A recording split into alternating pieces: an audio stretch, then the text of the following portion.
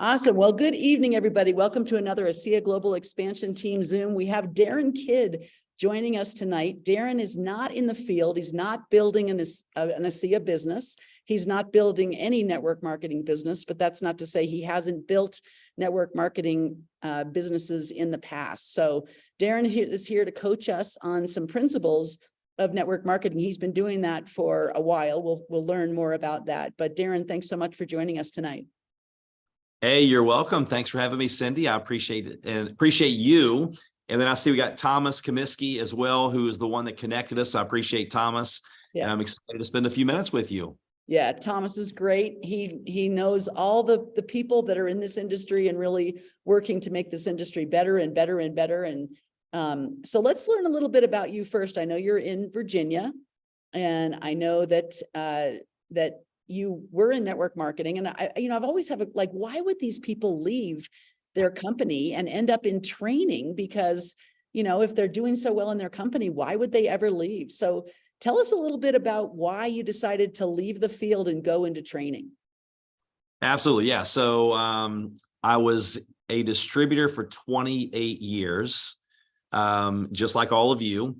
And the first 7 years, so you see the book behind me, and the title came from 25 years ago after I had failed in network marketing for about 7 years.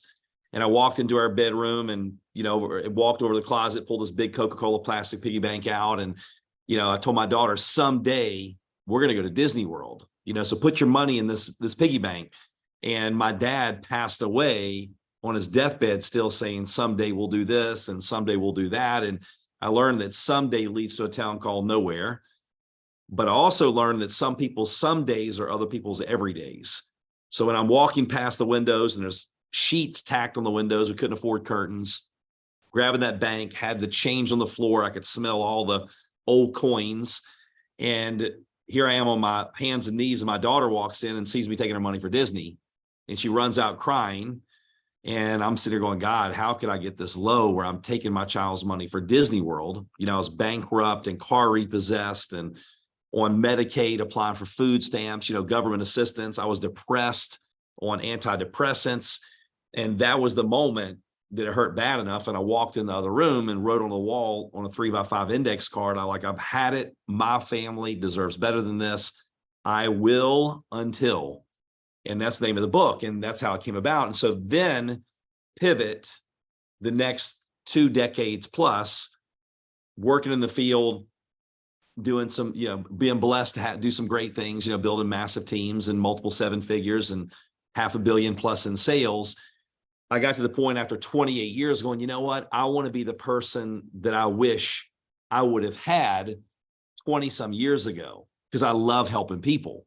And so that's what took me into this world. But I would tell you what, it's given me even a whole nother, I've had franchises and all that stuff too, but it's definitely made me appreciate network marketing even more, because I've spent more investing in the training business than I did my franchises, which each one of those was several $100,000.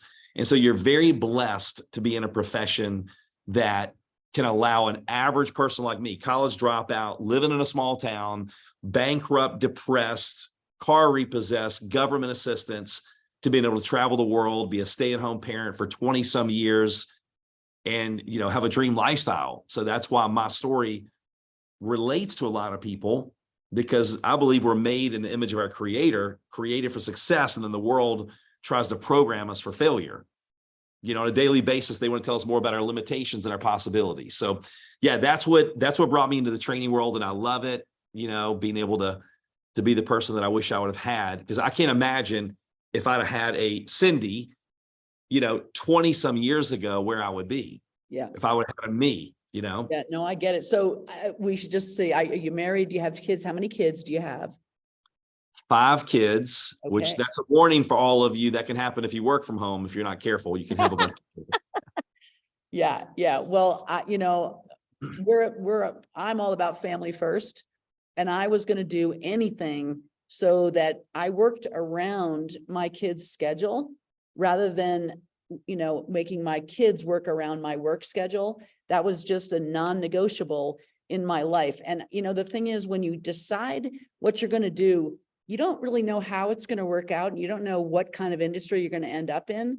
I mean, I didn't go into network marketing on purpose. I just knew that my kids got my best and my work got my seconds. And it wasn't going to be the other way around. And I think we've all had experiences where we weren't as attractive as an employee when our kids got our first and our job got our second. And I actually was pregnant and got my lesson.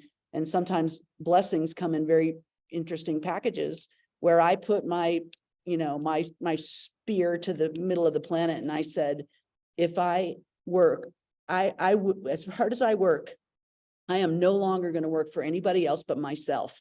And I don't know how that's going to work, but that's the way it's going to be. And when you make a firm decision, the universe, shifts, providence moves too. So I love that. I love that. And I love that you're bold enough to follow your dreams, because a lot of people might crumble in that situation. I love that you hit rock bottom and then found the stairs to go up rather than just going, oh, woe is me, and, having a pity party for yourself. So, tell us what attracted you to network marketing in the first place. Yeah, so it's fascinating. The only year and a half I did go to college, I actually had some hair at that time, but I only weighed 140 some pounds. And so there was this big old strength coach. And I'm like, man, how can I put on some weight? And he's like, I'm glad you asked. And he introduced me to a network marketing company. And what appealed to me was, obviously I believe in education. But here I had a business professor that never had his own business. Health professor wasn't even healthy. And I'm like, dang, if you buy people's opinion, you buy their lifestyle.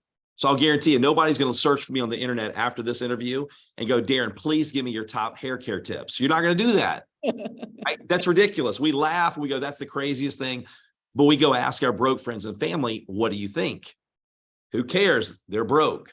And so when I stopped taking advice from people that had the same problems that I had, started listening to solutions from the people that had the life that I wanted, everything started to change. But I had the dream, because we grew up, every day was a struggle of money, every day.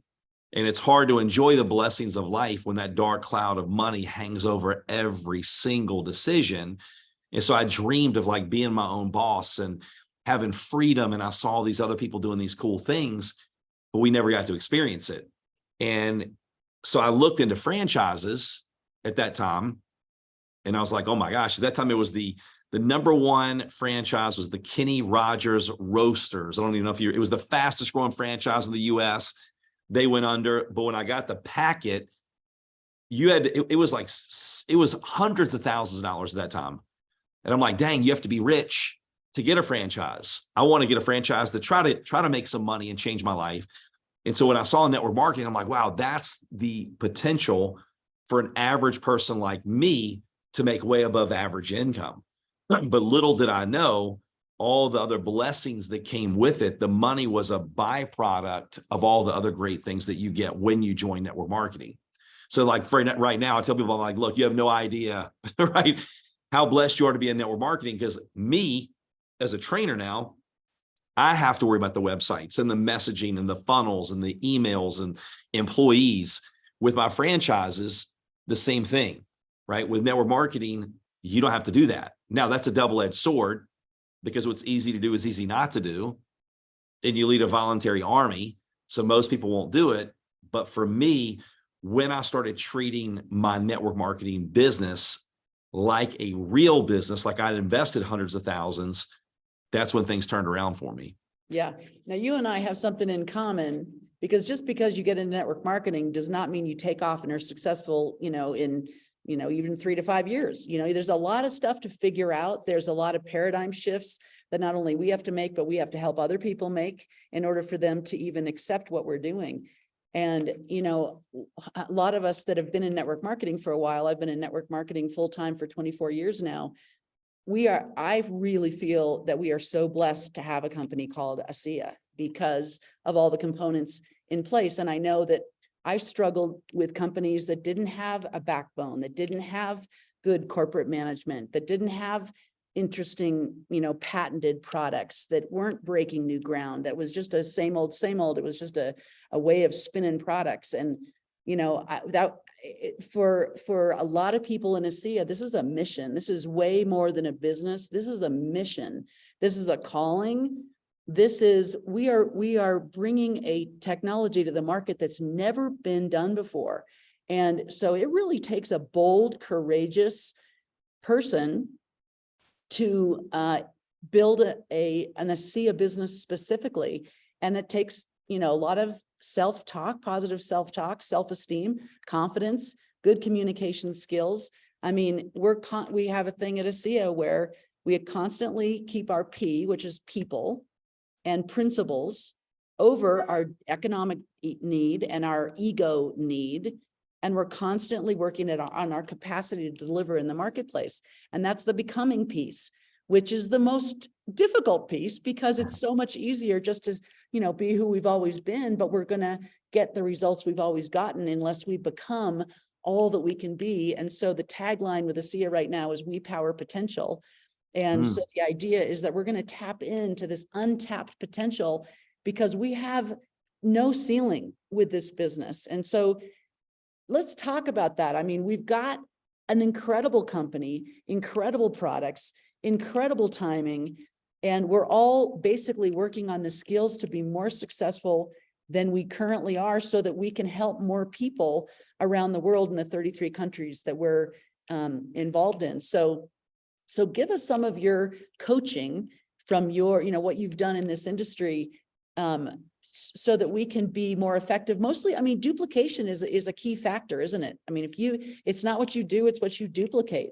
And so people have to look at you and say, "Oh man, I can do that." And then if the next person says, "I can do that, I can do that," all of a sudden you have a ripple effect, and this business starts to snowball beyond your control, and you couldn't stop it if you tried. And we're all wanting to be at that point, right? Some of us are at that point, but we want our team to have that success, where, oh my gosh, we've got people joining from Singapore and Hong Kong and, Taiwan and Australia. It's so exciting to have a global business and have it ripple beyond your physical presence. Absolutely. Yeah. First of all, in ASEA, everything that I've researched and looked at, and from everything that you told me, it was funny because I was listening to you and I'm like, okay, this is true passion. And selling is a transference of emotions. People think they don't sell. We sell every day. You sell a restaurant, you sell a movie, that you're passionate about. And that was me. Once that belief goes from when it goes from your head to your heart, and I go, look, you can tell me you don't like my bald head, you don't like my dad jokes, whatever, but you can't tell me, the products don't work. When you have that type of belief and go, hey, look, it may or may not be for you, and that's okay, but I at least want you to know what I'm doing. And so when you have that kind of passion and energy, it transfers to other people, and you have to love them and care about them, and you have to continue to go with or without them. But you're exactly right. When it comes to, it's important to have people in your life that tell you what you need to hear and not what you want to hear.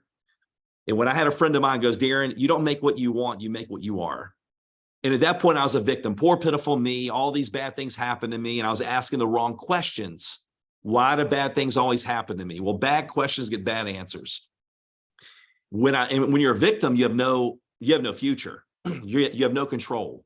But when I finally go, you know what? I have to, at every scene of every accident, there was one person, and that was me. And Les Brown goes, look, at some point in time, you had an appointment to be where you are right now. Where we are is because of decisions that we made, good or bad.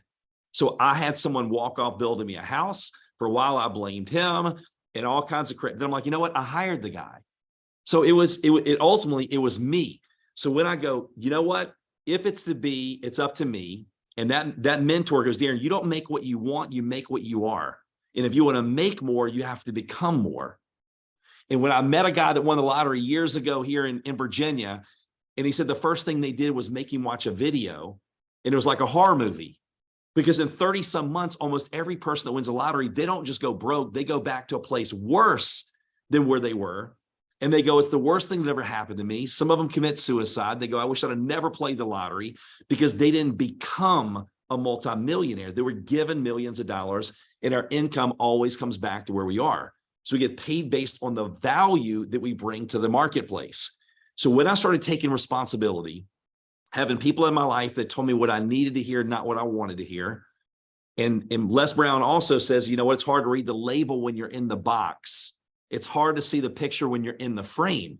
So when you're sitting there, and a blind spot's called a blind spot for a reason, it's blind to us. So having people that tell us what we need to hear, not what we want to hear, it's uncomfortable, but comfort zones are designed to keep us safe, not to grow. They look at sameness as security. So anytime we start to do something different, it comes across as dangerous. So anything that we ever achieve and we ever win, we achieve and win in our head first. The same thinking and behaviors that got us to where we are not the same ones that get us to the next level. The movie Hitch, when we're talking about basics and duplication, the scene where Will Smith is teaching Kevin James how to dance, and Kevin James like, I don't need to know how to dance. I got this. You know, we're going to make the pizza. We're going to do the Q-tip. We're going to do the fire. And he smacks him, which now that I think about it, like Will Smith has been smacking for a while. Sorry. Sorry, should have said it. All right. So, but he goes, no. No. This is where you live, right here. You don't need to make the pizza. The pizza's already made. You don't need to start the fire. When it comes to network marketing, we tend to forget that 80% of production comes from brand new people. Their ignorance on fire, they're excited.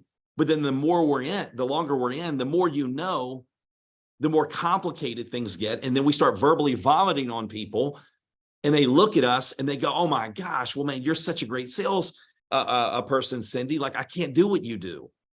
I don't want to do what you do. I don't have time to do what you do. I don't want to do to my friends and family and my neighbors what you just did to me.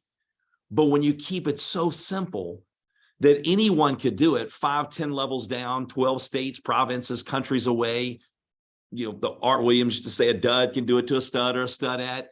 You know, it's that simple. Then you know, because you're right, whatever we do, good or bad, duplicates.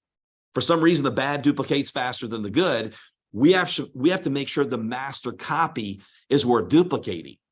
So as we grow, there's a gap between you and your business and your income. Yeah, your income, and let's just be real. Like, I'm here to tell you what you need to hear, maybe not what you want to hear, because I care about you. And you should be able to see that and hear that in my passion and my energy. But during COVID, there were people that made money that shouldn't have made money, the type of money they were making. And so now that life has come back down to people not sitting at home, just figuring out how to spend their money and all the extra money they were given, now they think something's wrong, but it's not, right? This is a business. It's not the lottery. It's not get rich quick. And when you see the stories of somebody making a lot of money fast, guess what? There's always a story behind the story. You can't compare your chapter 1, 2, 3 to their chapter 20. You have to pay the price. But like me, I didn't mind paying the price as long as I knew the promise was clear. Did I have the possibility of having a better life? Will you show me, lock arms with me? Like all of you now, you know, you can put in the comments right now how blessed you are to have someone like Cindy and Thomas and different people that are out there looking for people to come on and just sow into you. I didn't have that. I was 7 years failing. How did I go to recruit over 1,000 personal people? How did I get top 10 in recruiting out of hundreds of thousands, top 10 in retention, top sales, thousands of customers with no social media, before social media, then go out, learn social media, learn YouTube, learn online marketing, and build a following almost 500,000. That's not to impress anybody, right? That's not to impress you. It's to express to you. It's to impress upon you. If this old country boy can do it, guess what? You can do it.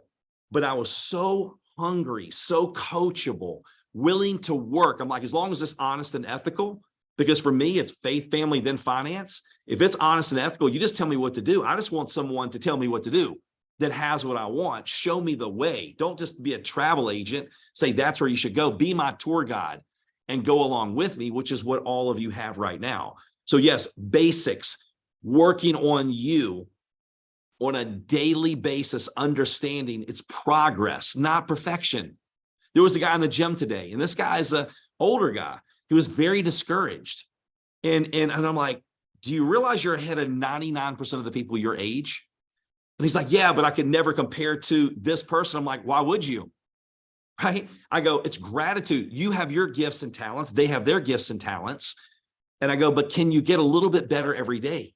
1% better. In my book, I talk about 1% better a day is 37 times better in a year, not 37%.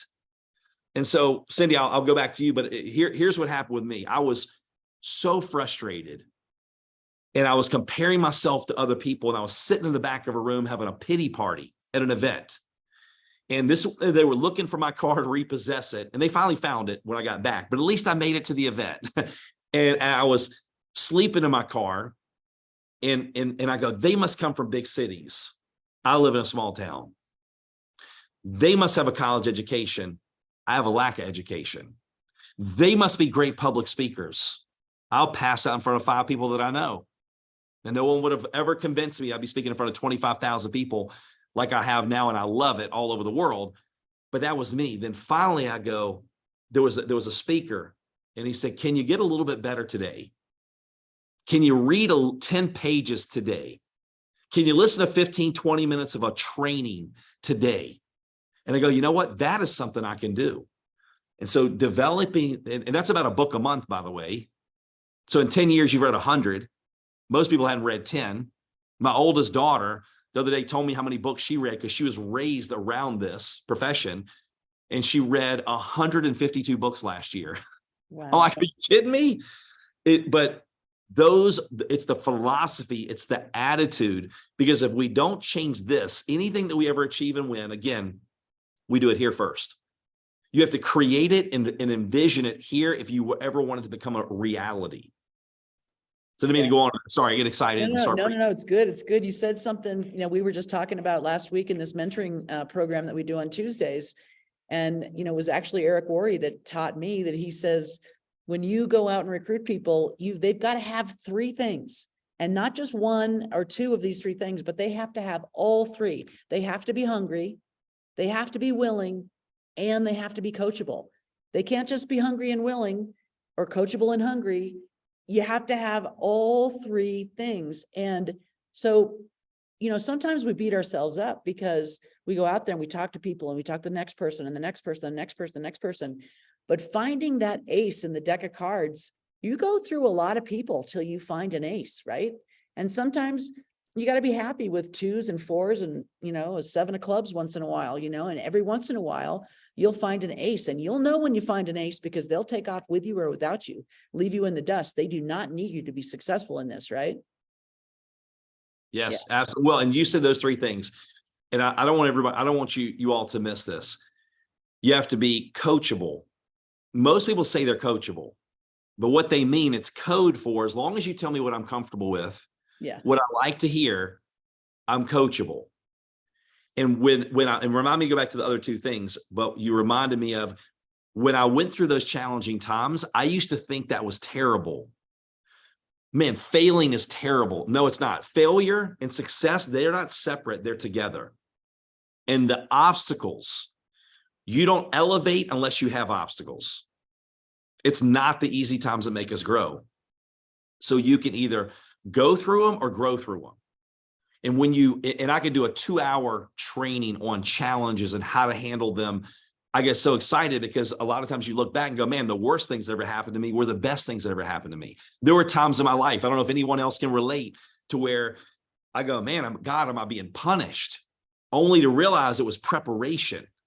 The problems were leading me to my purpose. And that rejection was redirection. The rejection was protection.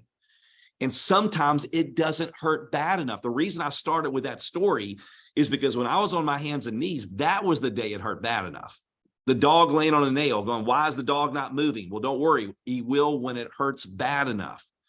Okay, so the obstacles is not the easy times that make us grow. They can make us bitter or better. So the obstacle is the blessing. So coachable, willing to work, that's the second thing. Yeah, I'm talking to people going, okay, well, how many people heard the story today of ASEA? So if I was working with a client today, and when you really boil it down to how many times did you give somebody an opportunity to say yes or no? And we go, it's really not the company that's not working. You're not working. There was a mom that I was working with who was a teacher, 2 young kids, married, full-time job. He has a full-time job, never done this before. And she went out and I interviewed her because I wanted everyone, because it eliminated so many people's excuses. And I go, all right, what happens? Well, I want it so bad for my family that I show up to work early and sit in the parking lot and I work. And then I'm prepared. So she's intentional throughout the day. So she's making the minutes count. And then at night, she gets the kids in bed and gets home from work and has schoolwork. And she reached out to 150 people a week the first 2 weeks each, and then 10 or 15 a day. And then she hit the top position in the company in 4 months. And so I go, oh man, everybody here is like, we're crazy. We're busy. How many hours a week are you working? She's like, I do about 2 hours a day, 6 days a week. So 12 hours, but she's intentional and she's prepared. She's being proactive, not reactive. She's treating it like a business. She understands there's a difference in being busy and being productive. Peter Drucker says it's not how much you do, it's the effectiveness of what you do. So coachable, willing to work. And the last thing is desire. Like, how do we get desire? How do you stay hungry? Clarity. How many of you have ever been burned out or had a lack of motivation? It's not burnout. It's not a lack of motivation. It's a lack of clarity. Clarity gives you focus. Focus gives you energy. The clearer the picture in your head, the more motivated you are on a daily basis. That drives your activity. And the clearer the picture of your future, you have to see it. It's what thou seest, thou beest. That was what a billionaire taught me. And again, I love talking about clarity and dream building, and now the science that proves why that's so important, because your brain didn't know the difference of reality and what you tell it. So when you visualize an experience, your body produces the same chemicals and endorphins as if it actually happened. It encodes it as a memory, even though it wasn't even real. Well, why is that important? Because we move in the direction of things we're familiar with. We magnetize the condition that we seek. It is true. What you think about and speak about, you bring about. So be very careful. My kids, even my adult kids, 4 or more adults now, almost 30 down to 15. And the other day, one of them said, my head's killing me. I'm like, no, it's not. Don't speak that. Your words are seeds. You send them out on a mission and they go out to do what you tell them, right? So that clarity, the why, your desire, when you have those 3 things in place, that's a great foundation to go out and build a successful business. Yeah. It's so true. And that's a lot of times we skip over that part. We're not clear about what we really want. We don't get, and that's where that vision is what's going to get us through a day where things just aren't going right. We feel like just throwing in the towel and go getting a job doing something else because this is too hard. You know what I mean? So yeah, you gotta want it. You gotta want whatever you want badly. Yeah. But also, for me, you got to relax and let the magic happen, because, and we'll just touch on this because we're coming to the bottom of the half hour, but there's a lot of people in ASEA that really believes that ASEA is divinely guided, that it is the company. There's just too many, miraculous things that happen. I mean, what are the chances of this happening and that happening? And there are the right people that are drawn to this project.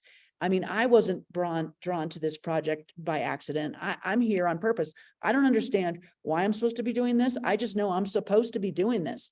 And so on the days that it's hard, I remind myself, look, you know what? This is not an accident. So you better get to work. You better figure out that 6 inches between your ears, because there's people out there praying for what you have, and you got to find them. Yes. Don't worry about the people that are putting their nose up in the air, with what you have or whatever. Those are not the people you're looking for. Think of the people who are coming up to you with those eyes that say, Cindy, where would I be if you hadn't called me?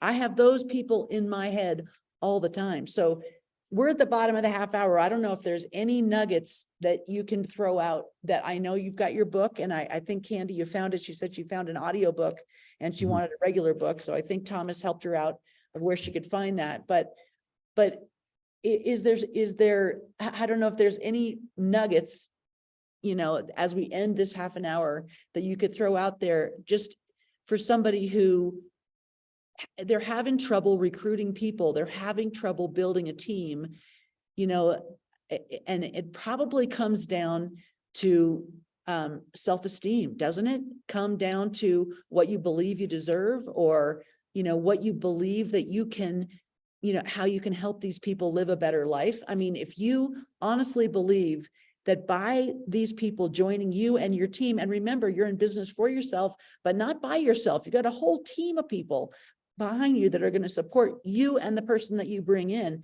or the people that you bring in. But let's just talk just for a second about when people get stuck and they're blocked, and for some reason they're passionate, they love the company, they love the products, they want to be successful in this, but they just can't recruit people. And if they can recruit people, the people they recruit aren't recruiting people. When they get stuck there, what do you suggest? Well, there's one nugget I definitely want to end on, but to answer that question, we never get more than we feel like we deserve. Like I just finished a challenge called Lift the Lid. And what I found was, unless you raise that invisible lid, nothing else matters, because we only feel like we're going to get what we're worth. When that billionaire told me for years, and I never really got it, said, you will never get past your self-imposed limitations. It's not what goes on around you as is important as what goes on within you. It's not the economy. Your belief overrides everything. Matter of fact, Tony Robbins talks about, look, we're getting ready to go through a 5 to 8 year winter. You can either freeze to death or you can ski and snowboard. The biggest transfer of wealth happens during recessions, depressions, and during wars. If we do the right things, we ask the right questions, we provide value. And you talk about, ASEA attracting people because of, culture attracts what it is and repels what it's not. I can look down through my organizations when I had a couple 100,000 people on my team, one organization full of drama, negativity. Another one, it was like they ran ads going, if you're a positive, motivated, fun person, we want you. The whole group was amazing. And so that's why ASEA is attracting the great people, is because culture attracts what it is, repels what it's not. They're not going to feel like it's home. And the same thing with your internal thermostat. If you feel like you're not worthy, you're unlovable all day long, you're going to seek out things to prove that. So working on that internal thermostat, which just a couple things, what you read, what you listen to, and what you associate with. Garbage in, garbage out. I've never been more intentional in my life about associations than I am right now. I had a company reach out to me from another country, I won't say the name, offered me a lot of money to do trainings, very little trainings, for a lot of money. I turned it down. I'm like, no, that's not, I don't want my name attached. That's not my who I am. And so that's why your company is attracted to who it is. But that internal thermostat, be very careful. The whole point of that was what you read, what you listen to, and who you associate with, because you catch what you're close to. And when you start being very intentional, you become the average of the people you associate with the most. So ask yourself, what are my associations doing to me, or what are they doing for me? Steve Harvey talks about, if you want to kill a big dream, tell it to a small-minded person. So you work on that, and then you go out and you do for a period of time what you've never done before. You raise that lid, you raise the water line. And it's funny, Cindy, I got a friend of mine that he's an old country boy from South Carolina, owned all these franchises, won all these awards, mega millionaire. Here's what he said: your mind is like an old pair of underwear. Once you stretch it, it never goes back like it was before. Yeah. But that's a great point. So you're raising that water line. And the last thing I will say, if I could give you one thing, the last few years have been the most challenging times of my entire life. I had some surgeries, almost died with appendicitis. It was gangrene leaking into my body, almost a half a month in the hospital, took months of recovery. My 24-year-old nephew, his wife, 11-month-old twins, had a house fire. My nephew, one baby, did not make it out alive. I'm a mama's boy. Talked to her 2 times a day, built her a 6-figure business while I built my 7-figure business. And she passed away unexpectedly at 67. My wife's grandfather 10, 12 years ago died at 99. So whether you're 11 months old, like my nephew's baby, 24 years old, like my nephew, 67, like my mom, 99, like my wife's grandfather, we don't know how much time we have, but we act like we have forever. So my recommendation to you is treat every day as if, when I watch my mom, and held her hand and they unplugged the machine, and I was blessed to hold her hand as she walked into heaven, I go, my mom died empty in a good way. She loved all she could. She gave everything she had. If that was me, Would I be able to say that? And the answer was no. That's why in the last year, a year and a half, I've gone all in like never before. That's when I released my book, went all in, because I go, I'm going to treat every day as if it's the last day of my life. And one day we're going to be right. And vision, I want you to remember this. Vision, most people are not going to see what you see. That's okay. There's a reason at age 65, most people are broke. But vision is seeing it before the masses see it. They ask Helen Keller, what's worse than being blind? Having sight with no vision. The late Dr. Miles Monroe said, sight is a function of the eyes. Vision is a function of the heart. Sight is what you see when your eyes are open. Vision is what you see when your eyes are closed. What is your vision? No one's coming to save us. No one. And if anybody else can do it, you can do it. If you're coachable, willing to work, you have desire, you're hungry, you can do it. And you have all of those, or you wouldn't even be watching this, whether live or on replay. Yeah. So now's the time to go out and go after it like you've never gone after it before, because you're very blessed to have leadership like you have, to have a company, to have products, to have real science. Like you've got the perfect storm, but that means nothing if people don't know. The value is you letting them know they have it. You offer them the gift. They have to accept it, but that's not up to you to make sure they accept it. It's just to offer what you have. So Cindy, I know I get excited. I could go all night, but thank you so much for having me. I appreciate it. Totally appreciate it, Darren. I mean, yeah, we get wound up and then we're like, oh shoot, it's the end of the half hour. We got to shut it down. But no, you've helped. There's so many good nuggets. And I mean, we have to control the 6 inches between our ears. It's the most important real estate on earth, right? And so that's where the magic happens, or doesn't. So yeah, no, really, really appreciate all your insight. Yeah, totally love that Thomas, introduced the two of us, and that you were able to, to help the people on this call. And it'll go out into the ethers on the internet so that, people everywhere can glean from your experience and intelligence and passion. So I really, really want to thank you. Thanks so much. I can't wait to hear the testimonials from this group. I know you're going to do big things. Thank you. Yeah, absolutely. Good night, everybody. And thanks, Darren.